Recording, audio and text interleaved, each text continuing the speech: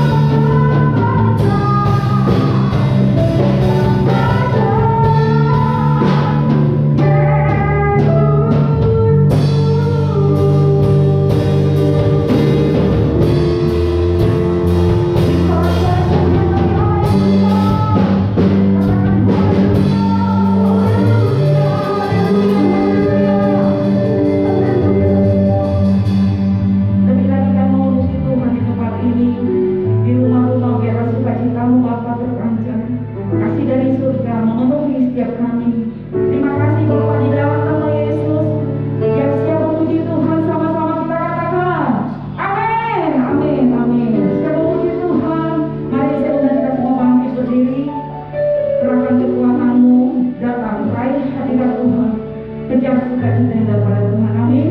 Beri kemuliaan bagi Tuhan Yesus. Haleluya.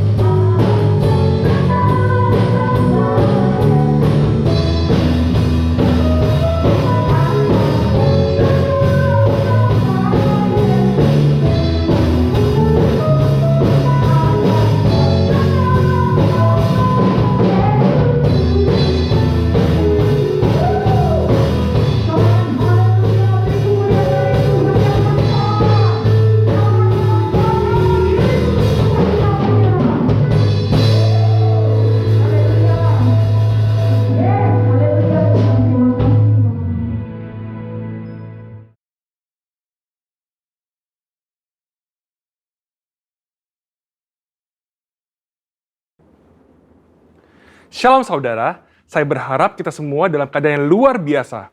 Dalam Voice of Pentecost kali ini, kita akan belajar mengenai hati Bapa. Seperti yang kita tahu bahwa Allah menciptakan dan menempatkan manusia sebagai ciptaan yang istimewa dibandingkan dengan ciptaan lainnya. Manusia bukan sekedar diciptakan, tetapi dijadikan seturut gambar dan rupa Allah dan dihembusi dengan nafas kehidupan. Hubungan antara Allah dan manusia bukan hanya antara pencipta dengan ciptaannya, tapi sebuah hubungan yang istimewa, yaitu digambarkan seperti seorang bapa dengan anak-anaknya. Hubungan Allah dan manusia yang disamakan dengan hubungan bapa dan anak diajarkan Tuhan Yesus sendiri yang merupakan hasil dari karya penebusannya di kayu salib. Tuhan Yesus juga mengajarkan sebuah doa yang dikenal dengan doa Bapa kami, dan doa ini dimulai dengan menyebut Allah sebagai Bapa kami yang di sorga. Dalam doanya, ia juga memanggil Allah dengan sebutan Bapa. Dalam pengajarannya, ia memakai perumpamaan bapa dan anak seperti perumpamaan anak sulung dan anak bungsu. Inilah hubungan yang Allah ingin nyatakan kepada manusia ciptaannya, tetapi karena pemberontakan dan pelanggaran perintah Allah oleh manusia, maka hubungan ini menjadi rusak. Iblis memperdaya manusia dengan tipuan yang buat seolah-olah Allah berbohong dan tidak mau tersaingi oleh manusia. Iblis juga menyatakan bahwa manusia akan menjadi seperti Allah ketika memakan buah pengetahuan yang baik dan jahat. Menjadi seperti Allah adalah sebuah hal yang membuat manusia tertarik untuk makan buah itu, sekalipun mengerti segala konsekuensi yang harus ditanggung dan hasilnya justru menghancurkan hubungan yang baik antara Allah dan manusia. Demikian juga hari-hari ini, iblis terus merusak gambaran Bapa Sorgawi dengan cara merusak gambaran Bapa Jasmani agar manusia kehilangan hubungan yang istimewa ini. Nah, berikut ini adalah kesalahan dari tindakan Bapa Jasmani yang merusak gambaran Bapa Sorgawi. Yang pertama, seorang ayah yang menggunakan otoritasnya dengan sewenang-wenang dan memberikan kasih bersyarat kepada anak-anaknya. Maka seorang anak akan sukar menerima dan percaya akan kasih Bapa Sorgawi yang tak bersyarat. Yang kedua, seorang ayah yang suka berbohong dan tidak menepati janji karena berbagai alasan yang dibuat-buat akan menjadikan anak-anaknya tidak dapat mempercayai janji-janji Bapa Sorgawi. Dan yang ketiga, seorang ayah yang tidak menyediakan waktu yang cukup dan berkualitas untuk anak-anaknya, yang akhirnya membuat anak merasa tidak dihargai dan tidak dapat mempercayai kasih Bapa. Sebuah hasil survei yang dilakukan di kalangan generasi muda Gereja Bethel Indonesia menyatakan bahwa ketika menghadapi masalah, hanya 30% yang bercerita kepada orang tuanya, sedangkan 59% lainnya bercerita kepada orang lain, dan 11% memendam masalah itu sendiri.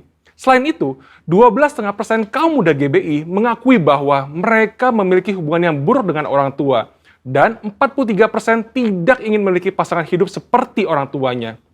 Anak yang orang tuanya bercerai memiliki potensi 2 kali lipat lebih besar mengalami hubungan yang buruk dengan orang tuanya dan berkeinginan untuk bunuh diri dibandingkan dengan anak yang orang tuanya tidak bercerai. Pengakuan dari mereka yang memiliki hubungan yang buruk diakibatkan karena tersakiti oleh kata-kata yang diucapkan orang tua, mendapatkan pukulan fisik, merasa orang tua tidak memiliki waktu yang cukup bagi dirinya, dan tidak bisa menjadi teladan. Pada kenyataannya, tidak semua orang dapat memanggil Tuhan dengan sebutan Bapa. Ada keraguan bahkan penolakan untuk menyebut Bapa karena pengalaman-pengalaman yang buruk dengan orang tuanya. Hal ini menyebabkan banyak dari kita tidak dapat memiliki hubungan yang dekat dengan Bapa Sorgawi. Padahal Alkitab memberikan gambar yang sangat jelas bahwa Allah adalah Bapa yang sangat mengasihi manusia. Supaya kita mengalami kasih Bapa, kita bisa mulai dengan menerima kasihnya yang utama yang dinyatakan melalui Yesus Kristus yang mati di kayu salib untuk menebus dosa dan menyediakan keselamatan yang kekal bagi kita. Di kayu salib, Tuhan Yesus berteriak, Eli, Eli, lama sabatani, yang artinya Allahku, Allahku, mengapa engkau meninggalkan aku? Tuhan Yesus ditinggalkan Bapanya supaya kita semua bisa diperdamaikan dengan Bapa Sorgawi dan mengalami pemulihan dalam hubungan kasih Bapa. Matius 7 ayat 11 berkata, jadi jika kamu yang jahat tahu memberi pemberian yang baik kepada anak-anakmu, apalagi Bapamu yang di sorga, ia akan memberikan yang baik kepada mereka yang meminta kepadanya. Bapa di sorga tidak akan mengecewakan anak-anaknya. Kasih Bapa Sorgawi melebihi kasih seorang Bapa jasmani dan mampu memberikan yang baik kepada anak-anaknya. Dan bagian terbaiknya adalah Bapa memberikan rohnya sendiri kepada anak-anaknya sebagai penasehat dan penolong. Amsal 14 ayat 26 menjanjikan bahwa dalam takut akan Tuhan ada ketentraman yang besar, bahkan ada perlindungan bagi anak-anaknya. Bapa memberikan perlindungan kepada anak-anaknya untuk bisa hidup sesuai dengan rencananya dan mencapai kesempurnaan dalam panggilannya. Maka dari itu, Mari kita percaya bahwa Bapa Surgawi adalah Bapa yang sangat mengasihi umatnya dan mengalami kasih Bapa melalui perjumpaan pribadi dan kehidupan yang berjalan bersama Dia. Mengalami janji-janji Allah dan melihat kesetiaan Allah terbukti membuat kita bisa mempercayai Dia dan mempercayakan hidup kita kepadanya. Bapa memberikan Roh Kudusnya agar kita percaya akan kasih Bapa dan mampu untuk mengampuni orang-orang yang pernah merusak gambaran Bapa yang baik serta memulihkan hati kita menjadi baru untuk bisa mengalami kasih Bapa yang sempurna. Saudara, untuk penjelasan lengkapnya dari tim teologi kami, silakan cek link yang ada di atas atau scan QR Code yang tersedia. Salam integritas, Tuhan Yesus memberkati.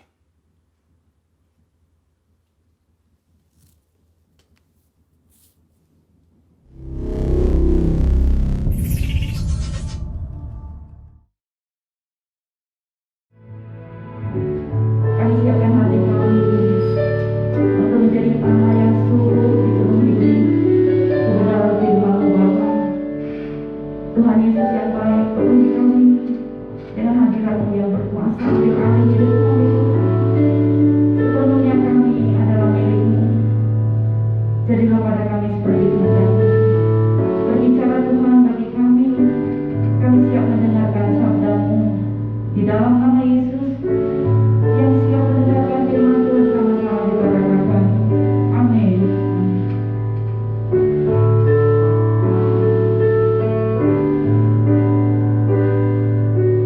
Roh-Mu yang hidup penuhiku, mengalir dalamku.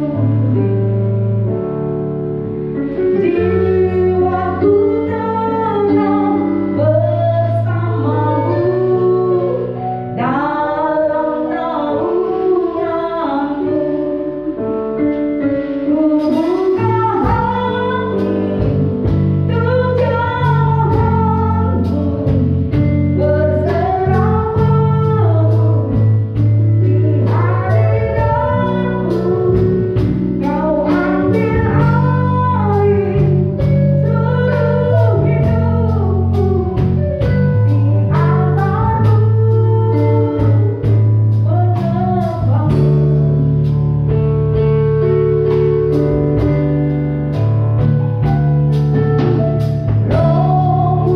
hidup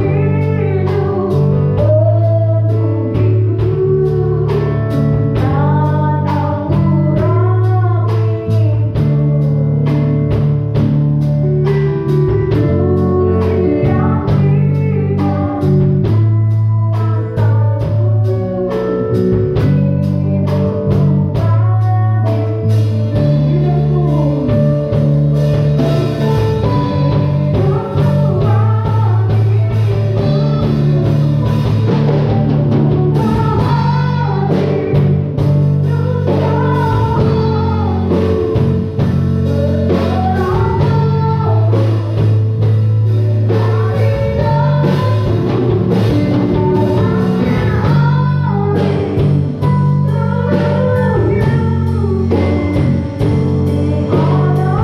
datang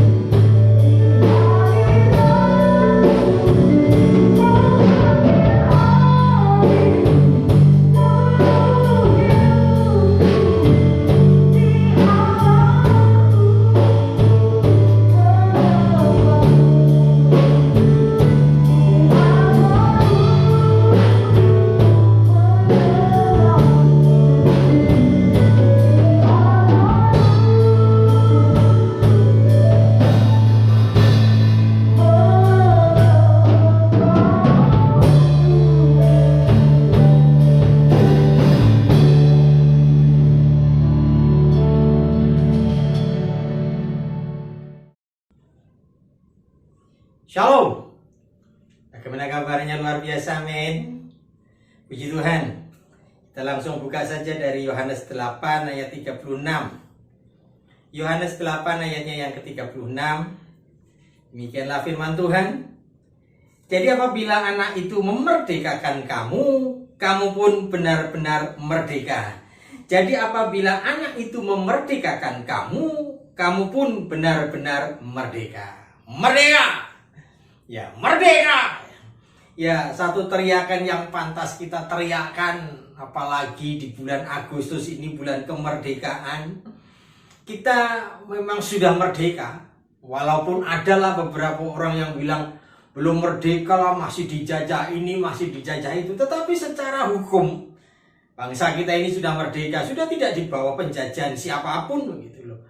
Dan secara rohani dari ayat tadi dikatakan, jadi apabila anak itu memerdekakan kamu, kamu pun benar-benar merdeka, kita pun juga sudah merdeka. Betul, memang itu bukan masalah dijajah oleh bangsa asing. Bahkan mereka juga katakan, kalau kita baca satu perikop itu, kami ini keturunan Abraham, tidak pernah jadi hamba siapapun. Jadi sepertinya itu memang ingin menolak kalau dikatakan masih diperhamba. Tetapi Yesus jelaskan bahwa yang dimaksud merdeka adalah dimerdekakan dari perhambaan dosa. Kata merdeka itu berarti bebas, independen, tidak bergantung lagi. Oke, kita bisa katakan sebagai manusia, sebagai bangsa kita sudah merdeka. Di dalam roh sebagai anaknya kita juga seharusnya sudah benar-benar merdeka dari dosa. Tetapi tema kita kali ini yang kita bahas adalah merdeka dari sisi yang lain lagi, yaitu merdeka dari rasa takut. Secara fisik oke, kita sudah merdeka, kita pun dimerdekakan dari dosa. Tetapi kenyataannya masih banyak yang tidak bisa lepas dari ketakutan. Walaupun banyak sekali firman Tuhan ingatkan kita, jangan takut, jangan khawatir, jangan takut. Tetapi nyatanya ketakutan itu masih ada. Jadi kembali lagi kita akan membahas merdeka dari rasa takut. Katakan, merdeka dari rasa takut. Apalagi akhir-akhir ini, masa pandemi seperti ini, beberapa waktu yang lalu, beberapa minggu yang lalu, setiap hari kita bisa mendengarkan bunyi sirene ambulans itu setiap hari. Dan tidak cuma satu kali, lewat lagi. Takut enggak? Setidaknya ada rasa yang nggak nyaman. Sempat juga sih terlintas kita berpikir bahwa nggak usah baca-baca berita yang serem-serem saya tentang COVID. Nggak usah lihat TV dah tentang berita-berita yang yang bercerita tentang COVID yang semakin serem gitu. Kita jadi nggak mau berpikir ke arah situ. Jadi nggak takut, betul. Karena bagaimana bisa takut? Ngerti saja enggak. Tetapi sepertinya kalau saya pikir, kalau kita nggak mau dengar, nggak mau lihat, itu seperti itu satu ketidaktakutan yang palsu. Kita merasa tidak takut, tapi sebetulnya itu palsu. Apakah kalau kita tidak mendengar berita tentang COVID, kalau kita tidak mau melihat berita tentang COVID, apakah terus COVID-nya berhenti? Apakah terus pandeminya berhenti? Jelas tidak. Justru bisa-bisa kita kehilangan kewaspadaan, kita kehilangan pengetahuan ada di mana COVID-nya. Tiba-tiba bisa jadi apa yang kita takutkan itu justru sudah ada di depan mata kita. Itu bisa membuat kita itu kagetnya itu ampun-ampun gitu. Terus bagaimana? Bagaimana kita menghadapi hal-hal seperti itu? Menghadapi hal-hal yang membuat kita takut. Ya ayo kita hadapi. Mari kita hadapi. Masih ingat cerita tentang bangsa Israel melawan Goliat?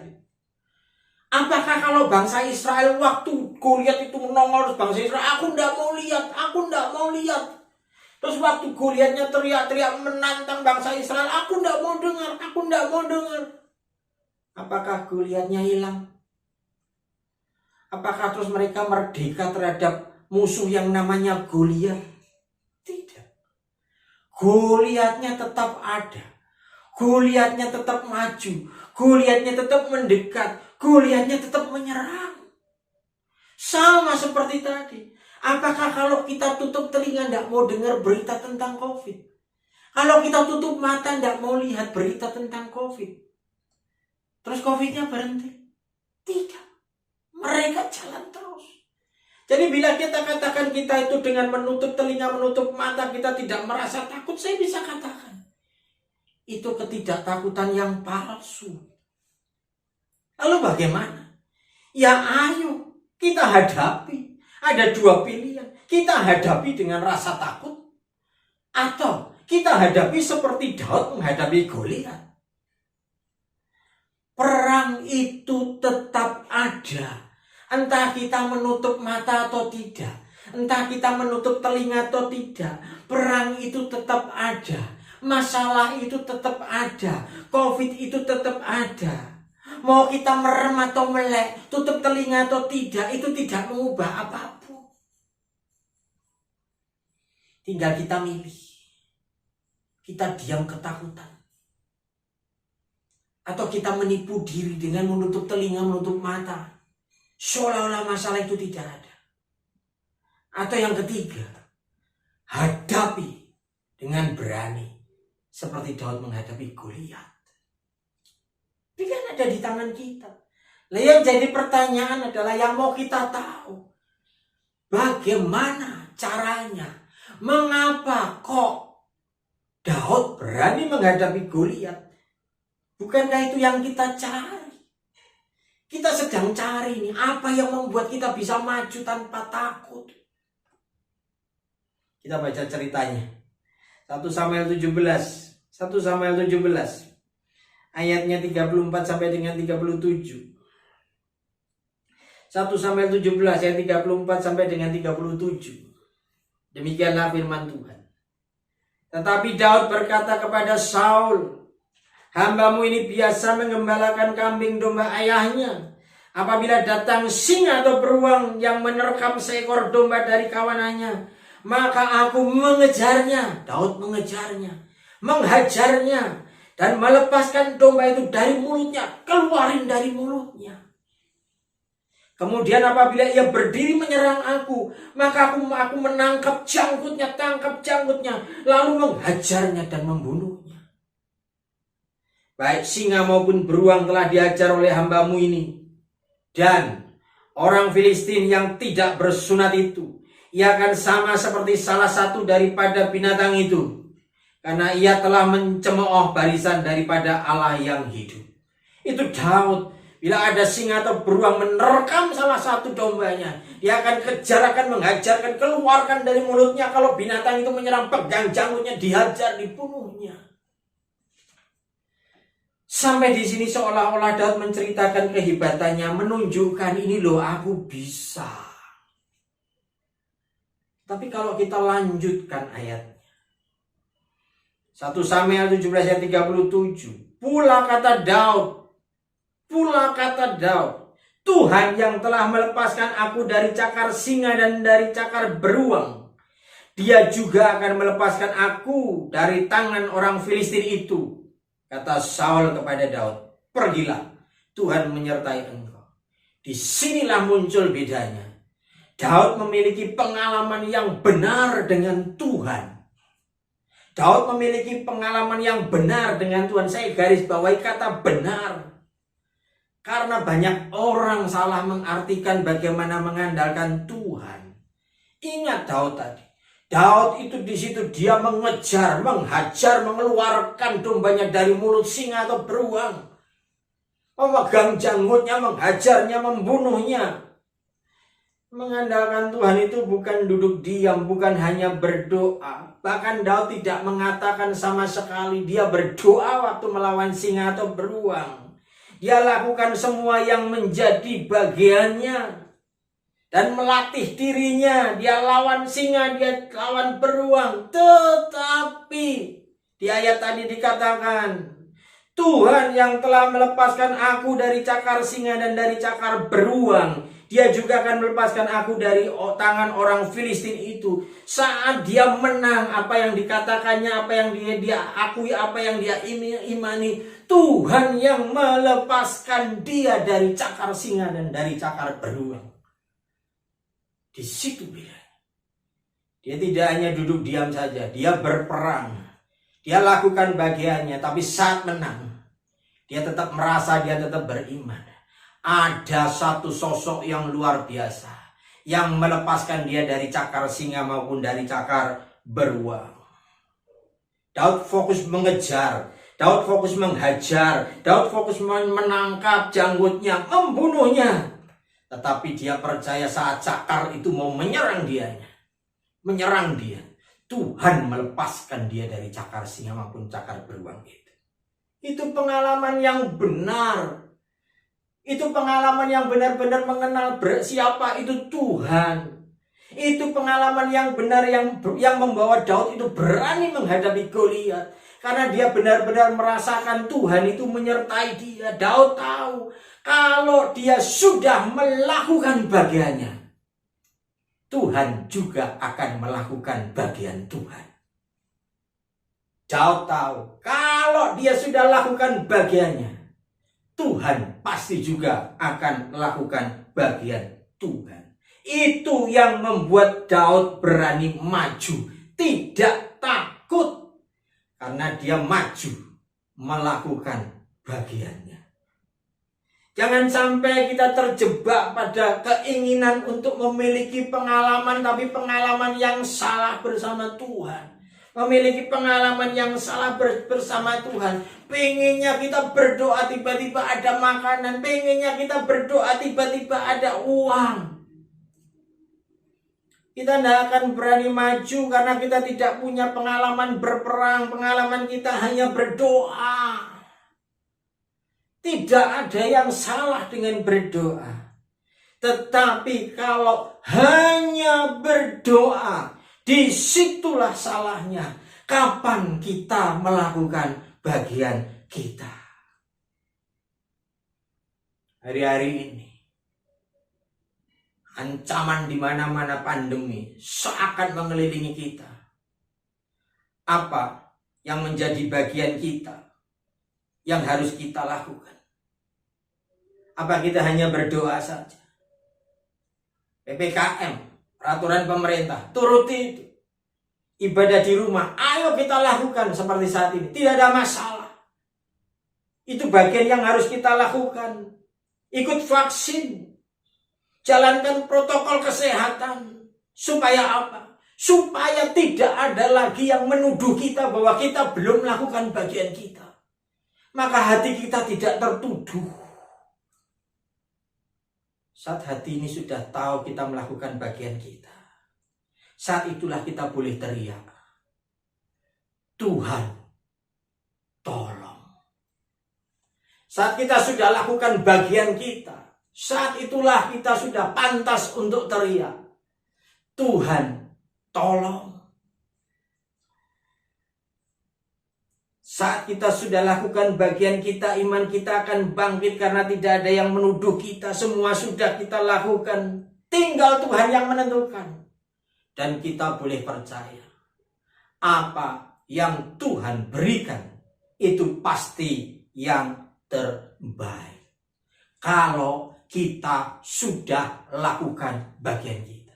Tetapi kalau kita masih punya utang sama Tuhan, kita belum melakukan bagian kita, dan apa yang kita takutkan terjadi, itu salah kita. Jangan terus menganggap Tuhan seperti itu, membiarkan kita punya pengalaman yang salah dengan Tuhan. Yang kita pikir Tuhan itu tidak perhatikan kita. Dalam masa pandemi seperti ini, doa saja tidak cukup. Doa saja kita tidak cukup. Kenapa saya berani katakan itu? Kalau kita hanya berdoa saja, kita itu curang. Kita berdoa minta Tuhan lakukan sesuatu, tapi kita tidak mau lakukan apa yang menjadi tugas kita. Kita minta Tuhan lakukan sesuatu, tapi kita tidak mau lakukan apa-apa. Dan saya mau katakan, tidak semua persoalan diselesaikan dengan mujizat. Tuhan tidak mengumbar mujizat. Kadang Tuhan juga ingin kita melakukan bagian kita dan di dalam itu Tuhan turut bekerja untuk menyelesaikan persoalan kita. Camkan itu. Saat kita tidak punya hutang dengan Tuhan, saat kita sudah lakukan apa yang harus kita lakukan, saat itulah kita tidak takut untuk melangkah karena kita percaya Tuhan pasti lakukan bagiannya. Saat itulah kita merdeka dari rasa takut. Bukan dengan menutup telinga, bukan dengan menutup mata. Semua sudah aku lakukan. Apapun yang terjadi, itu yang terbaik bagiku. Takut itu bukan dosa. Yesus pun pernah dituliskan tertekan, gelisah, dan diterjemahkan sebagai takut. Takut itu tidak berdosa. Tapi jangan biarkan takut itu menguasai hidup kita. Lakukan bagian kita, lakukan bagian kita, lakukan bagian kita. Jangan mencobai Tuhan. Supaya kita memiliki pengalaman yang benar dengan Tuhan. Jangan sampai kita disalahkan, jangan sampai kita ini menyalahkan Tuhan. Seolah-olah Tuhan itu melupakan kita, seolah-olah Tuhan itu nggak sayang sama kita, seolah-olah Tuhan itu jahat sama kita. Padahal kita yang belum melakukan bagian kita. Saat kita belum melakukan bagian kita, kita tidak ditolong Tuhan, kita mengatakan Tuhan itu jahat sama saya. Itu pengalaman yang salah. Daud memiliki pengalaman yang benar dengan Tuhan dan dia mengenal Tuhan yang benar. Maka dia berani maju. Bagaimana dengan kita? Ada di mana itu ya di internet di mana apa namanya medsos itu ada sesuatu yang terjadi yang lucu ya, video lagi viral. Mereka pendeta bakar masker, bakar botol vaksin. Mereka bakar itu, mereka teriakkan kami tidak percaya vaksin, kami tidak percaya vaksin dengan corona. Dan entah kenapa doanya jadi aneh, jadi meleset. Maksud doanya begini, dalam nama Yesus, darah Kristus dikalahkan oleh kuasa setan. Lalu saking semangatnya pokoknya menolak itu semua, sampai doanya meleset, dalam nama Yesus, darah Kristus dikalahkan oleh kuasa setan. Ayo kita fokus saja pada apa yang kita lakukan. Dan bukan hanya untuk pandemi ini saja. Untuk penghidupan kita, kehidupan kita, untuk rumah tangga kita, untuk pekerjaan kita, untuk cita-cita kita, ayo kita lakukan bagian kita. Supaya kita tidak punya hutang sama Tuhan, supaya kita tidak dituduh belum melakukan bagian kita. Supaya saat itu kita jadi pantas untuk teriak, Tuhan tolong aku. Kita bisa melihat contoh orang-orang yang mengenal Tuhan. Petrus. Dia berani melangkah berjalan di atas air. Karena dia percaya.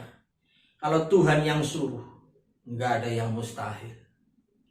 Ayub tidak takut, tetap setia pada Tuhan dalam kondisi apapun. Karena dia mengenal Tuhan. Tuhan yang memberi. Tuhan yang mengambil. Terpujilah nama Tuhan. Stefanus tidak takut dilempari batu sampai mati. Karena dia mengenal Tuhan dan dia melihat. Yesus menyambut di atas sana. Itu pengalaman mereka yang membuat mereka berani. Bagaimana dengan kita? Mungkin ada trauma, pengalaman yang membuat kita takut. Ya ayo, ini saatnya kita memiliki pengalaman yang benar dengan Tuhan. Dengan melakukan bagian kita. Supaya kita tahu, kita tidak pernah berjalan sendiri.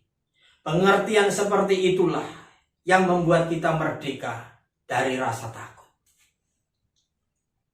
Tuhan Yesus memberkati.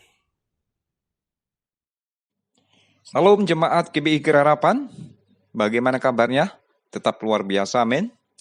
Untuk pengumuman sepekan, yang pertama, Ibadah Raya minggu depan tanggal 15 Agustus 2021 akan dilakukan secara onsite.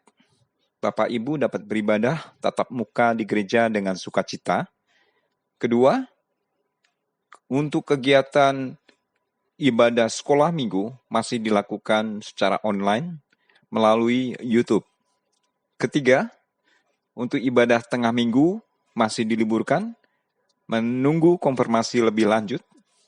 Keempat, Bapak Ibu yang rindu memberikan perpuluhan dan sumbangan sukarela dapat mentransfer pada nomor rekening slide berikut ini. Demikian pengumuman GBI Kerarapan. Tuhan Yesus memberkati.